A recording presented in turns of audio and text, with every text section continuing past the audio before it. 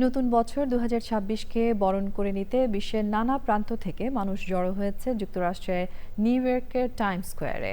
যুক্তরাষ্ট্র ছাড়াও Europe, Asia, Latin America ও মধ্যপ্রাচ্যের বিভিন্ন দেশ থেকে আসা পর্যটকরা এই ঐতিহাসিক বর্ষবরণ উৎসবে অংশ নেন।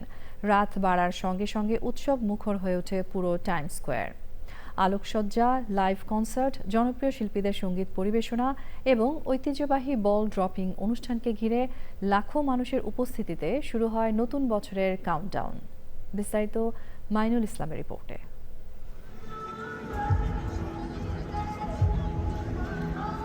বিদায় ২০২৫, একটি বছর যা কারো কাছে ছিল অর্জনের, কারো কাছে অপেক্ষা আর চ্যালেঞ্জের। সেই বছরকে পেছনে ফেলে নতুন স্বপ্ন আর সম্ভাবনার বার্তা নিয়ে নিউ ইয়র্কের টাইমস স্কোয়ারে শুরু হয় ২০২৬ সালের পথচলা। নতুন বছর উদযাপনকে কেন্দ্র করে টাইমস স্কোয়ার পরিণত হয় পরিবার ও বন্ধুদের মিলন মেলায়। কেউ এসেছেন পরিবার নিয়ে, কেউ বন্ধুদের সঙ্গে, আবার কেউ একাকী এসেও এই জনসমুদ্রে নিজেকে খুঁজে পান আনন্দের অংশীদার হিসেবে।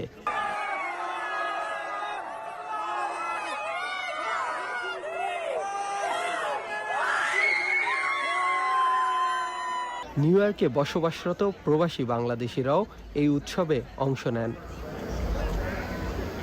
নতুন বছর নিয়ে সবার প্রত্যাশা শান্তি, সুস্বাস্থ্য এবং একটি মানবিক পৃথিবী।